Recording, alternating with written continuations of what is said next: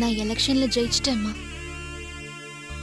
ஆனா இந்த வெற்றிய என்னால சந்தோஷமா கொண்டாட முடியல. அம்மாவோட வெறுப்புக்கு ஆளாயிட்டோமேன்னு மனசுக்கு ரொம்ப வருத்தமா இருக்கு. மித்ராவை பத்தின உண்மை தெரிய வரும்போது எல்லாம் சரியாயிடும்னு மாமா சொல்லிருக்காரு. இருந்தாலும் என் மனசுக்கு கேட்கலம்மா.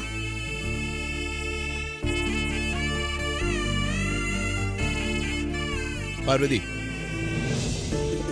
வாங்க மாமா. வீட்ல யாரும் இல்லையா? இல்ல, அப்பாவும் தம்பியும் இன்னும் வீட்டுக்கு வரல. சரி, நீ ஜெயிச்சல, உனக்காக ஸ்வீட் வாங்கிட்டு. என்ன மாமா நீங்க? ஜெயிச்சது நானா இருந்தாலும் என்ன ஜெயிக்க வச்சது நீங்க தானே மாமா. அதனால நான் தான் உங்களுக்கு ஸ்வீட் கொடுக்கணும். சரி, நீ எனக்கு ஊட்டி விடு, நான் உனக்கு ஊட்டி விடுறேன்.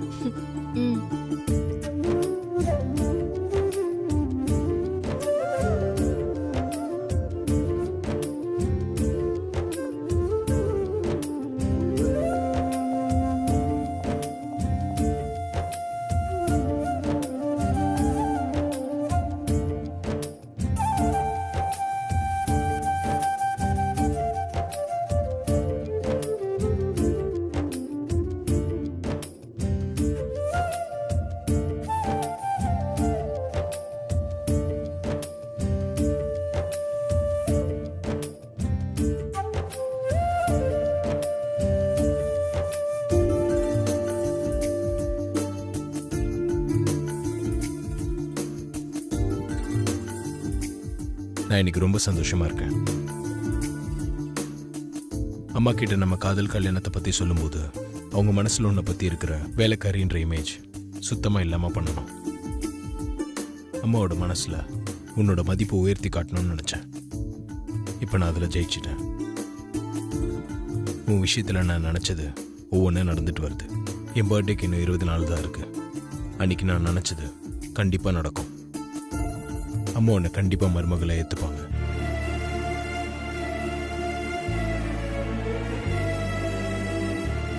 நான் எவ்வளவு சந்தோஷமான விஷயம் சொல்லிட்டு இருக்கேன். உன் முகத்துல சந்தோஷத்தை காணுமே, என்னாச்சு? பயமா இருக்கு மாமா. தேர்தல்ல நின்னு அம்மாவோட வெறுப்புக்கு ஆளாயிட்டேன். இந்த சூழ்நிலையில அம்மா எப்படி என்ன மருமகளா ஏத்துப்பாங்க? நான் தான் சொல்றேன்ல, அதுக்கப்புறம் உம்முன்னு இருந்தா என்ன அர்த்தம்?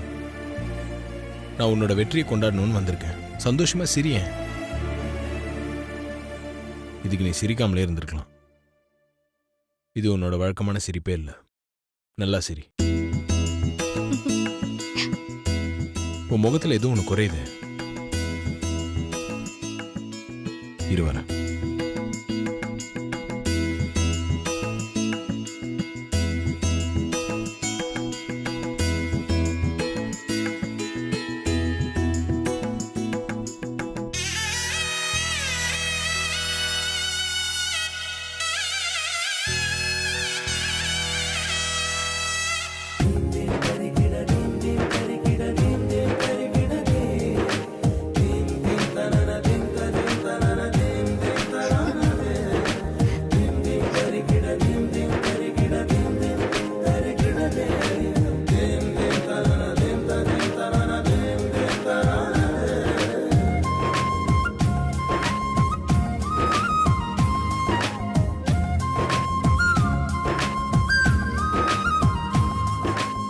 வனஜா ஆண்டியும் மித்ராவும் பார்வதிக்கு டார்ச்சர் கொடுக்கறது தெரிஞ்சா கூட கண்டுக்காம இருந்துருவாங்கன்னு தோணுது. ஆண்டியோட மாரல் சப்போர்ட் இல்லனா பார்வதி பெரிய சவால்களை சமாளிக்க வேண்டியதா இருக்கும்.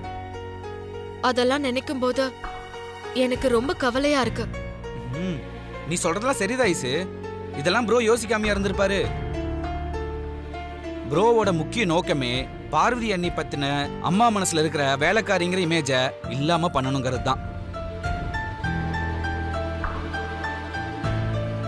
நீ சொல்ற மாதிரியே பார்வதி அன்னிக்கு நிறைய சவால்கள்லாம் வரலாம். அம்மாவோட வெறுப்பு கூட ஆளாகலாம். அப்பெல்லாம் நான், நீ, ப்ரோ, அப்பா எல்லாருமே பார்வதி அன்னிக்கு சப்போர்ட்டா நிப்போம். என்ன நான் சொல்றது?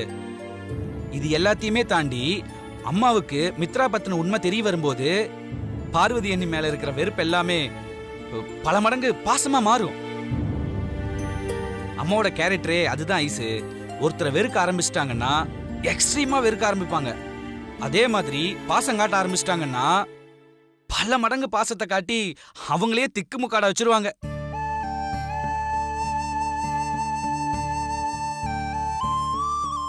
அம்மா பார்வதி அண்ணி மேல அப்படி பல மடங்கு பாசத்தை காட்டும் போது அவங்க வேலைக்காரி இமேஜ்லயே இருந்தா அது பார்வதி அண்ணி மேல வெறும் கரிசனமா மட்டும்தான் இருக்கும். மருமகளா ஏத்துக்கிற மனப்பக்குவம் வராது ஐசு. அப்படி இல்லாம பார்வதி அண்ணி சமையல்காரிங்கிற நிலைமையை தாண்டி அடுத்த கட்டத்துல இருக்கும்போது அம்மாவோட பாசம் வெறும் மதிப்பா மாறும். அந்த மதிப்பு தான் அம்மாவை பார்வதி அண்ணிய மருமகளா ஏத்துக்க வைக்கும். அதனால ப்ரோ எல்லாத்தையுமே கணக்கு போட்டு கச்சிதமா காய நகர்த்திக்கிட்டு இருக்காரு. இந்த சதுரங்காட்டத்துல நம்மளோட வேலை என்னன்னா ராஜாவுக்கோ ராணிக்கோ யாரும் செக் வைக்காம பாத்துக்க வேண்டியது. சரியா? பார்வதி அன்னைக்கு எந்த மாதிரி சோதனைகள் வந்தாலும் நாம அவங்களுக்கு துணையா நிக்க வேண்டியது. அதனால நீ எதுவும் போட்டு குழப்பிக்காத ஐசு. தெளிவாரு. சிங்கப்பெண்ணே சிங்கப்பெண்ணே.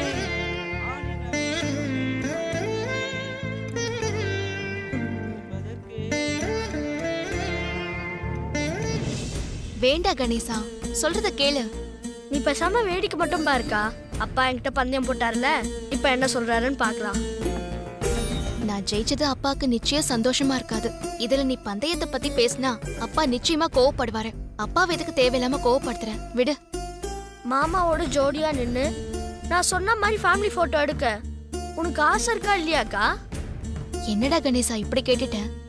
மாமாவோட ஜோடியா நின்னு போட்டோ எடுக்க எனக்கும் ஆசையா தான் இருக்கு. அப்ப நீ என்ன தடுக்காத, பேசாம வேடிக்கை மட்டும் பாரு.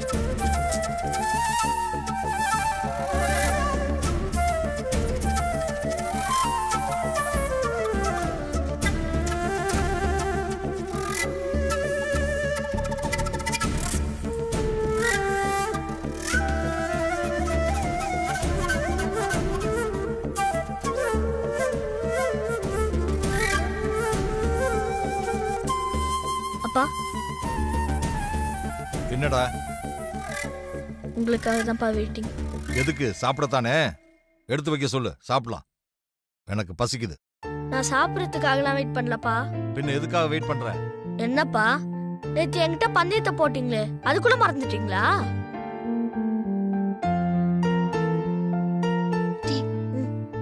சரிப்பா, நானே ஞாபகப்படுத்துறேன். அக்கா எலெக்ஷன்ல ஜெயிச்சிட்டா நான், நீங்க, அக்கா, மாமா எல்லாரும் ஒன்னா ஃபேமிலி போட்டோ எடுத்துக்கணும்னு பந்தயம் கட்டினதுக்கு சம்மந்தம் கூட சொன்னீங்களேப்பா. ஃபேமிலி போட்டோ அப்ப பாடுக்கலாம். இப்ப ஃபேமிலி போட்டோவுக்கு என்ன அவசரம்? அப்புறம் பார்க்கலாம். அப்பா, பந்தயம் கட்டிட்டு நான் சின்ன பையனு என்னை எப்படிலாம் ஏமாத்த கூடாதுப்பா. சொன்னபடி நடந்துக்கணும். அதுதான் பெரிய மனுஷனுக்கு அழகு. டேய், நானே உங்க அக்கா தேர்தல்ல ஜெயிச்சத நினைச்சு அம்மா கோபத்துல இருக்காங்களே, அவங்கள எப்படி சமாதானப்படுத்துறதுன்னு தெரியாம முழிச்சுக்கிட்டு இருக்கேன். இதுல உனக்கு ஃபேமிலி போட்டோ வேற கேக்குதா? போட, போய் சாப்பாடு வைக்க சொல்லு, சாப்பிடலாம். அப்பா, பெரிய மனுஷன்னா பேச்செல்லாம் மாறக்கூடாது. சொன்ன வார்த்தையை காப்பாத்தணும். அதுவும் பந்தயம் கட்டிருக்கீங்க. போட்டோ அப்ப பாடுக்கலாம், அது முதல்ல சொல்லுங்க. டேய், நீ ரொம்ப ஓவரா பேசிக்கிட்டு இருக்க. இதுக்கு தான் சின்ன பசங்க கிட்ட எல்லாம் பந்தயம் கட்டக்கூடாதுன்னு. போட, போய் வேலையை பாரு. அப்பா, இதெல்லாம் கொஞ்சம் கூட நல்லாவே இல்லப்பா. சும்மா பெரிய மனுஷன் மாதிரி பேசிக்கிட்டு இருக்காதடா. இப்பெல்லாம் போட்டோ எடுக்க முடியாது. எல்லாம் கொஞ்ச நாள் போகட்டும்.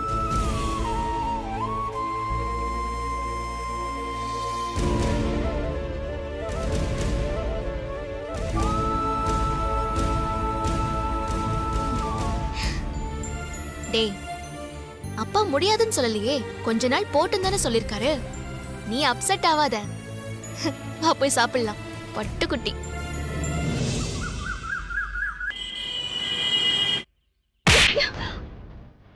அப்படி போடு நல்லா. பொண்ணு கூட இதெல்லாம் பண்ணிக்கிட்டு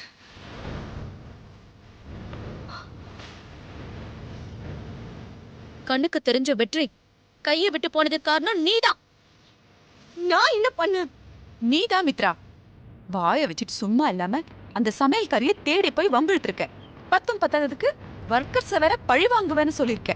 இதெல்லாம் தேவையா? ஓட்டுக்குன்னு வாங்கின பணத்தை நம்ம கிட்ட திருப்பி கொடுத்துட்டு நம்மள அவமானப்படுத்தின ஒர்க்கர்ஸ நான் பழி வாங்க போறேன்னு சொன்னது தப்பா ஆண்டி? எலெக்ஷன் சமயத்துல நாம பண்ற ஒவ்வொரு மூவும் நமக்கு விழற ஓட்ட தீர்மானிக்கும்னு நான் எச்சரிக்கை பண்ணி இருந்தோம். நீ கொஞ்சம் கூட யோசிக்காம பதவிக்கு வந்ததும் அவளை பழி வாங்குவேன்னு பேசினது தப்புதான் மித்ரா.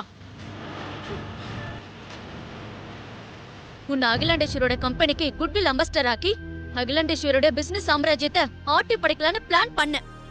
உன்னால எல்லாம் போச்சு. எலெக்ஷன்ல உன்னை தோக்கடிச்சு காட்டுறேன். அந்த பிளாக்மெயிலர் என்கிட்ட சவால் விட்டான். அந்த சவால்ல அவன் ஜெயிச்சு காட்டிட்டான். நந்தினி, ஜெயிச்சது பிளாக்மெயிலர் இல்ல, ஆதிதான் ஜெயிச்சிருக்கான். இல்ல ஆண்டி, பிளாக்மெயிலருக்கும் ஆதிக்கும் எந்த சம்மந்தமும் கிடையாது. என்ன சொல்ற மித்ரா? எதை வச்சு நீ இப்படி சொல்ற? பிளாக்மெயிலர் எனக்கு கால் பண்ணி உன் அக்கா நந்தினி கிட்ட சவால் விட்ட மாதிரி உன்னை எலெக்ஷன்ல தோக்கடிச்சிட்டேன்னு என்கிட்ட சொன்னா. அதுக்கு நான் நீ உன்னை என்ன தோக்கடிக்கல, ஆதிதான் ஒர்க்கர்ஸ் எல்லாருக்கும் வாட்ஸ்அப்ல வீடியோ அனுப்பி என்ன ஜெயிக்க விடாம பண்ணிட்டான்னு சொன்னேன். அதுக்கு அவன் ஆதிக்கு இதுக்கும் எந்த சம்பந்தமும் இல்ல, இந்த மாதிரி வேலையெல்லாம் ஆதி பார்க்க மாட்டாரு, ஒர்க்கர்ஸ் எல்லாருக்கும் வீடியோ அனுப்புனது நான் தானு சொன்னா. அதனால ஆதிக்கும் பிளாக்மெயிலருக்கும் எந்த சம்பந்தமும் இல்லன்னு நினைக்கிறேன். அவன் உன்னை நல்லாவே குழப்பி விட்டுருக்கான் மித்ரா. எனக்கு என்னவோ இது கூட ஆதியோட வேலையா தான் இருக்கும்னு நினைக்கிறேன். என்ன ஆண்டி சொல்றீங்க? ஆதி மேல எந்த சந்தேகமும் வந்துடக்கூடாதுங்கிறதுக்காகவும் அவன் மேல இருக்கிற கவனத்தை திசை திருப்பறதுக்காகவும் ஆதிதான் பிளாக்மெயிலரை விட்டு இப்படி சொல்ல வச்சிருக்கான். நீயும் அவன் சொன்னதெல்லாம் நம்பி இப்ப குழம்பி போய் நிக்கிற. இந்த முறை ஆதி நல்லாவே ஜெயிச்சிட்டான். நீ என்ன நந்தினி எதுவுமே பேசாம அப்படியே நிக்கிற? என்ன நினைக்கிற? நீங்க சொல்றது சரிதான் ஆண்டி. ஆனா நமக்கு இதுதான்னு தெரியாத எந்த ஒரு விஷயத்தையும் நம்ம ஒரு பக்கமா மட்டும் யோசிக்க கூடாது.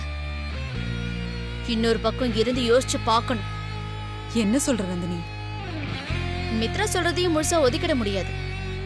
ஆதிக்கும் பிளாக்மெயிலருக்கும் சம்பந்தம் இல்லாம கூட இருக்கலாம். உண்மை என்னன்னு கூடிய சீக்கிரம் நான் கண்டுபிடிக்கிறேன்.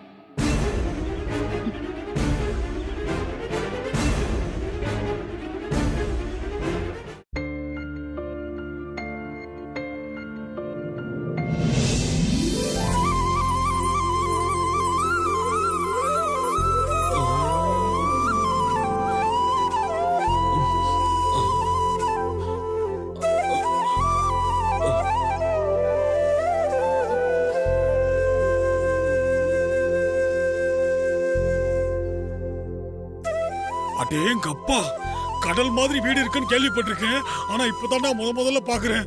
இந்த மாதிரி வீட்டை நான் சினிமாவில் தானே பார்த்திருக்கேன். வனஜா,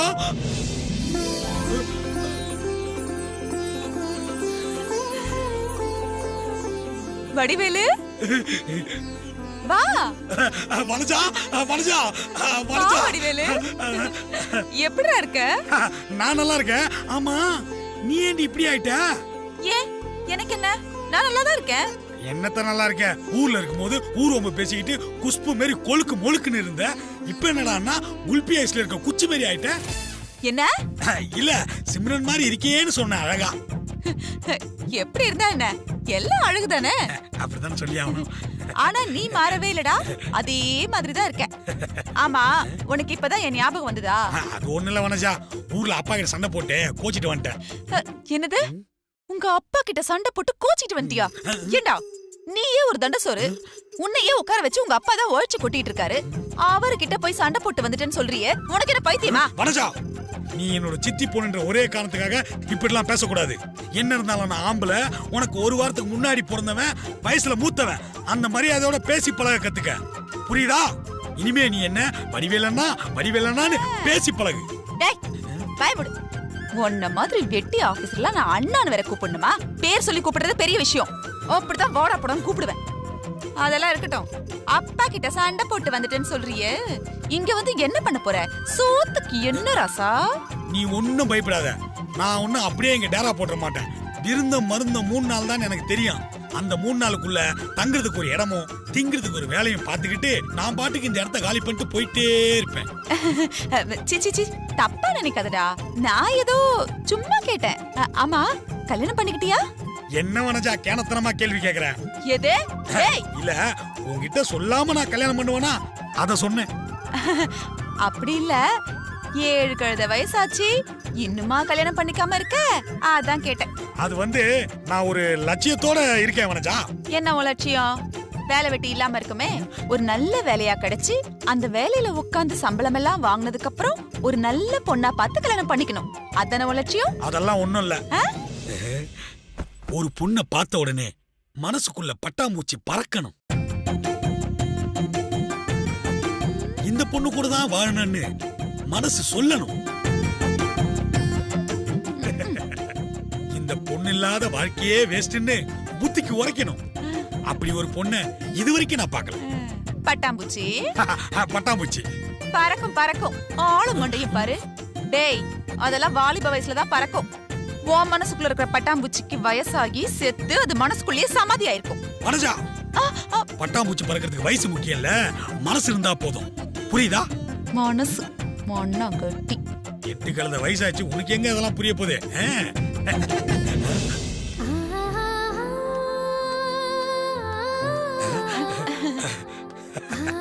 டேய் அருணே, நீ அருண் தானே? யாரா இவன் கரடிக்கு கலரிங் பண்ண மாதிரி? என்னடா யோசிக்கிற?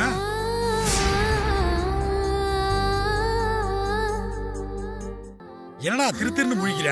நான் தான்டா வடிவேலு, வடிவு. மாமா, மாமா எப்ப வந்தீங்க? எப்படி இருக்கீங்க? இப்பதான் வந்த. நான் நல்லா இருக்கேன்டா. பார்த்தாலே தெரியுது, ஒண்ணா போயிட்டு 2 வந்திருக்கீங்க. என்னம்மா அப்படி பாக்குற? நான் யாருன்னு தெரியலையா? உன் சின்ன மாமியார் வனஜா இருக்காளே, என் சித்தி பொண்ணு. நான் உனக்கு சித்தப்பா முறை வேணும். ஓ அப்படியா? நீ என்ன சித்தப்பான்னு கூப்பிடணும்னு அவசியம் கிடையாது. வடிவேல்னு பேர் சொல்லியே கூப்பிடலாம். ஐயோ, அதெல்லாம் நல்லா இருக்காது. நான் வேணும்னா வடிவேல் அண்ணானே கூப்பிடுறேன். உன் இஷ்டமா, நீ எப்படி வேணாலும் என்ன கூப்பிட்டுக்க. ஆமா, எங்க அகிலா அக்கா, மாமா, ஆதி யாரையும் காணா?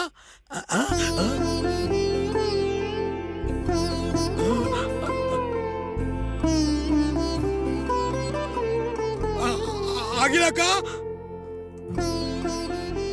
அகிலாக்கா, அகிலாக்கா, அகிலாக்கா, எப்படி இருக்கீங்கக்கா? நல்லா இருக்கீங்களா?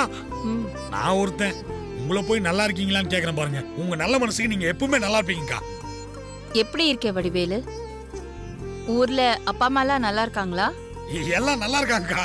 நீங்க தான் ஊர் பக்கமே வரது இல்லையாக்கா? ரொம்ப முக்கியம். வரணும்.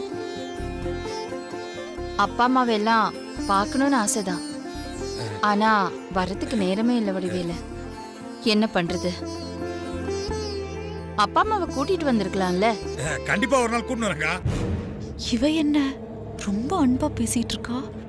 இவனை ரொம்ப நேரம் பேச விட்டா நமக்கு ஆபத்தாயிடும். அப்படியே மடக்கு. மாமா ஆதில எங்கக்கா போனாங்க? என்ன பார்த்தா சந்தோஷப்படுவாங்க. வடிவே, விடு. அக்காவே தொல்லை பண்ற. வெளியே கிளம்பிட்டு இருக்காங்கல்ல, ரொம்ப தொந்தரவு பண்ணாத. நீங்க போயிட்டு வாங்கக்கா. சரிங்கக்கா, நீங்க போங்க. நான் இங்கதான் இருப்பேன். அப்புறம் பேசிக்கலாம். சரி, நீ இரு, நான் போயிட்டு வந்துடுறேன். என்ன கம்பீரம்! சூரிய வம்சம் பிரியாரம்மன் மாதிரி நடக்கிறான். தோணு பேசிட்டு உள்ள வா. என் பையன் எடுத்துட்டு வந்துடுறேன். போ. அதுலதான் முக்கியமான ஐட்டம் வச்சிருக்கேன். இவனை வச்சுக்கிட்டு அப்புறமா பார்க்கலாம். அப்புறமா கிடைக்கும். மனஜா, நீ முன்னாடி போ, நான் பின்னாடி வரேன். வந்து தொலை. இந்த படிக்கட்டுல ஏறி இறங்கினாலும் தொப்பை குறைஞ்சிட போல இருக்குது. அழகா பிறந்தது ஏன் தப்பா ஆளாளுக்கு கிள்றாங்க?